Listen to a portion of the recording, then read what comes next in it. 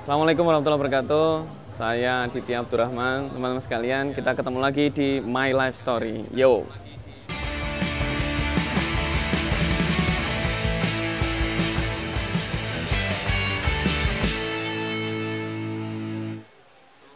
Oke, teman-teman sekalian, kali ini kita akan ngobrol-ngobrol dengan Mas Gofur dari Kediri, teman-teman sekalian. Nah, ini orangnya di sebelah saya sekarang. Gimana, apa kabar Mas Gofur? Alhamdulillah. Oke. Insya Allah baik. Kita lihatnya sana sekarang. Oh, sana nih, ya. Assalamualaikum Mas Gofur. Gimana kabarnya? Waalaikumsalam warahmatullahi wabarakatuh. Kabarnya luar biasa. Luar biasa baik ya. Baik. Ini kita lagi di mana nih Mas Gofur? Kita nih sekarang posisi lagi di Opui. Opui. Ya, iya. ini sambil ngopi-ngopi sambil ngobrol-ngobrol. Nah, Ya. Oke, teman-teman sekalian, sekilas saja teman-teman, kalau kita bicara tentang skena punk dan hardcore ya, khususnya di kota Kediri, itu pasti nggak akan melupakan yang namanya sosok Mas Gofur ini. Ya. Wais. Jadi kalau udah ngomongin tentang punk hardcore gak kenal Mas Gofur, ini berarti belum afdol, belum afdol. Ya, dan Mas Gofur ini bukan cuma dikenal di Kediri sebagai aktivis skena punk di Kediri, tetapi juga banyak juga karya-karya yang dihasilkan, yang pernah dilakukan ya, yang itu sudah bukan hanya skupnya di Kediri tapi meluas sampai seluruh Indonesia bahkan gitu ya. Jadi teman-teman sekalian, kita akan ngobrol-ngobrol tentang Mas Gofur. Oke, Mas Gofur. Ya. Sudah berapa lama kenal punk Mas Gofur? Waduh, jadi gini, Kang Ai, kalau untuk mengenal punk sendiri mungkin dari masih SD. Ya, masih gitu. SD. Masih SD gitu. Wah, padahal Ya, kalau saya masih SD itu waduh, Ya, saya mainnya layangan. Ya, karena gini Kang Ai, kalau waktu kita di fase saya SD itu kurang lebih tahun 98 atau 97. Nah, waktu itu scene punk di Kediri lebih kepada, kalau kita ngomongin sih skena underground. Campur ya? Ya, campur, karena pada waktu itu belum spesifik, masih campur, ada anak-anak death metal, black metal, punk gitu. Nah, kebetulan di tahun-tahun 98, 97 itu di kampung saya. Jadi di kampung saya itu memang ada beberapa anak-anak muda itu yang udah mengenal musik-musik cadas ya, seperti ada yang anak death metal juga. Yang usianya lebih tua. Jauh ya. Pada waktu itu mereka mungkin sudah SMA ya, gitu SMA, ya? sedangkan saya masih SD. Saya masih SD. Itu sekitar kelas 4 atau kelas 5 SD gitu. Masya Allah. Ya. Nah, di situ saya lihat tuh keren gitu kan. Meskipun apa yang dinilai keren dari situ? Dandanannya ya kan. Sangar. Ya, dandannya wah sangar. Nah, sedangkan saya dari kecil itu paman ya. Paman itu gitu Kang.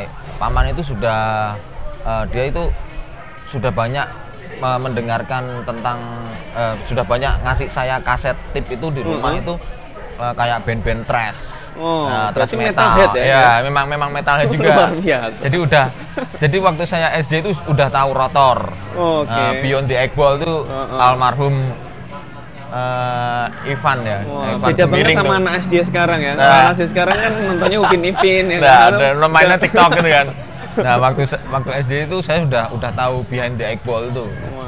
Nah, jadi udah mengenal itu, terus mulai mengenal coba mengenal Sepultura kayak gitu. Cuman kebetulan tetangga saya yang lebih dekat itu lebih kepada punk gitu kan. Akhirnya setiap malam minggu itu waktu saya masih SD diajakin ke ini, nonton nge-gigs. Belum nge-gigs, masih ke ini, nongkrong di Jalan Doho. Nah, Jalan Doho. Jadi itu berarti kenal musik cadas itu tahun 97. 98. Kalau sekarang tahun 2021 berarti ada 23 tahun kurang lebih. Iya gitu ya? Iya, berarti kan 23 tahun. 23 ya, tahun. 23 tahun ya itu. Ngeri ya? Ya. Ya, mungkin kalau di eranya Kang Ai itu album Punk and Skin Runtah ya kan? Oh iya. Ya, album Punk and Skin Runtah itu ya. Benar. Saya itu dengerin tahun segituan. Ya, iya kan. Saya dengerin tuh tahun 90-an, masih denger tape-nya itu, covernya yang gambarnya buaya disuntik. Nah, itu. Jadi itu saya masih kecil. Jadi saya masih SD itu apa buka cover ini apa gitu kan. Saya SMA kelas 2 itu. Nah, ya bener kan ya? gitu kan. Jadi apa yang ngajakin saya itu anak-anak SMA. Oh gitu. Nah, jadi diajak didengerin ini musiknya apa, cuman wah gambarnya kok anak-anaknya pakai sepatu boot gitu kan, yang apa tetangga-tetangga itu kalau tiap malam minggu pakai sepatu boot keren gitu keren kan. Ya. Pikiran saya kalau kenalnya musik punk di tahun-tahun itu, terus mulai ngebandnya kapan? Itu ngeband awal bener-bener ngeband musik punk itu di tahun 2001. 2001 ya. Itu baru ngeband. Pertama kali megang apa tuh? Saya udah drummer. Sudah ngedrum ya? Karena dari awal saya udah kelas 5 SD saya udah main drum. Oh gitu. Udah main drum, cuman awal-awal masih musik-musik rock gitu kan. Oke. Saya lihat ternyata punk itu ternyata ketukan drumnya itu Ketukannya lebih simpel. Oh, lebih simpel ternyata kan. Kan yang biasa tak mainin itu musik-musik yang lebih progresif gitu kan. Kayak God Bless punya itu. Gampang. Nah, itu kan God Bless kan lebih skillnya agak ribet kan. Nah, sedangkan kalau kita ngomongin musik punk rock kan cuman beatnya kan cuman simpel kan. Apalagi waktu itu saya dengerin Runtah loh. Ternyata drum model kayak gini aja udah bisa keren ya. Ternyata kayak gini aja udah. Kuncinya telu drumnya record ya gitu aja tapi udah wah ini udah bisa dandan keren gini, wah ini lebih simpel ini ya gitu kan. Nah, itu ngeband pertama kali apa? Ngeband pertama kali ngeband punk rock itu ada band saya yang namanya Today Is My Birthday. Oke. Today Is My Birthday. Jadi itu malah saya waktu itu SMP ngebandnya sama teman-teman yang udah kuliah. Udah kuliah? Ya, jadi saya paling kecil sendiri waktu itu. Ngeband sama kakak-kakak, ya ini kakak-kakak punk di di Kediri gitu kan. Nah, awal-awalnya situ. Nah, di situ mulai mengenal paham-paham seperti straight edge. Ya, akhirnya mulai ya, wah, ternyata di scene musik-musik seperti ini ada gaya hidup yang ternyata wah ini cocok ini gitu lah. Ternyata nggak harus nakal tapi tetap keren gitu. Nah, ini cocok. Maksudnya nggak harus minum, nggak harus narkoba gitu kan. Tapi karena, tetap keren. Nah, karena sampai saat ini pun saya juga nggak ngerokok, bukan seorang peminum. Dari sejak awal masuk itu ternyata sudah straight edge ya? Ya kebetulan karena yang ngajakin saya ngeband punk rock itu pun juga anak straight edge. Oh gitu. Anak straight edge, jadi akhirnya dia ngasih dulu kan newsletter, newsletter itu better apa ya punyanya Mas Nanu di Jogja itu apa namanya? Iya. Ya itu. Okay. Nah itu. Ya jadi. Terus selama ini ya selama ngeband saya tahu Gofur ini main di beberapa band, ya kan? Bahkan saya dulu sempat ketemu tahun berapa itu ya? 2013 kalau nggak 14 lah kurang lebih ya. Gofur main di Violence of Crusade. Violence of Crusade. Itu band yang keberapa ya kemudian? Nah, terus apakah sampai hari ini masih ngeband? Gitu loh. Sampai hari ini masih ngeband. Main di apa aja nih? Kalau sekarang saya aktif di Grace, band saya namanya Grace. Terus ada lagi yang baru bentukan saya ini band Glom, namanya Glom. Sepertinya ini baunya dark gelap gitu ya. Dark hardcore. Ya macam-macam seperti itu. Okay. Prestasi terbesar selama ini, maksudnya yang paling dibanggain lah selama di skena punk itu apa? Kalau ada sebagian orang tuh, wah aku pernah manggung sampai luar negeri tuh, ini opo nih, Gofur nih.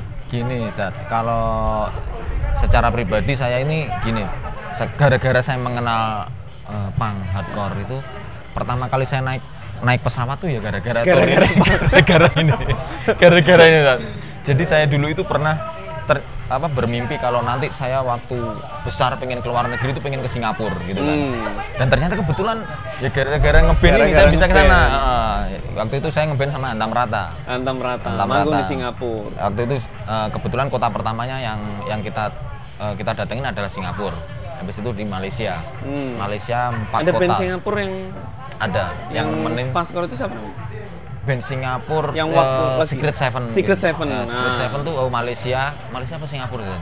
Singapura Iya kan? Nah, itu ada Secret Seven, terus ada lagi teman-teman Dai Gila kemarin itu yang ngajakin saya.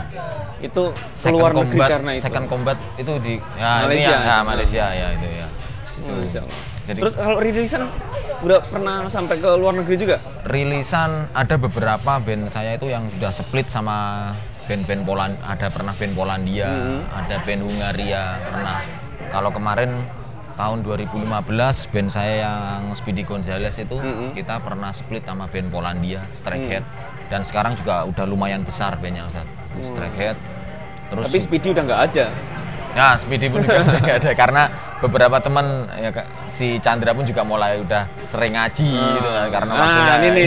Ini teman-teman nih kita sekarang masuk ke segmen di mana itu kaitannya dengan masalah tadi nyebutnya ngaji. Ngaji. Ini ada anak pang, skena pang tapi ngaji. Ngaji ya. Itu kalau dalam kamusnya anak pang itu kan nggak ada namanya kamus pang ngaji. Iya. Nah itu piye ceritanya kok tiba-tiba Gofur tertarik ngaji? Jadi gini Ustaz.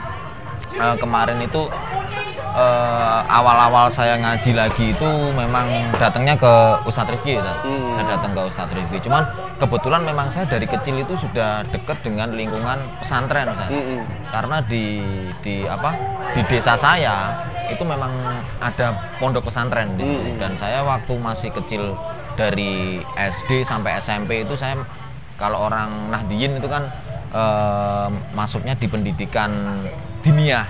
Nah, jadi saya sedari SD, SMP itu udah setiap habis maghrib, terus habis sholat asar tuh saya ngaji terus. Jadi meskipun saya SMP saya ngeband, tapi tiap sore saya tetap ngaji. Nah, gitu.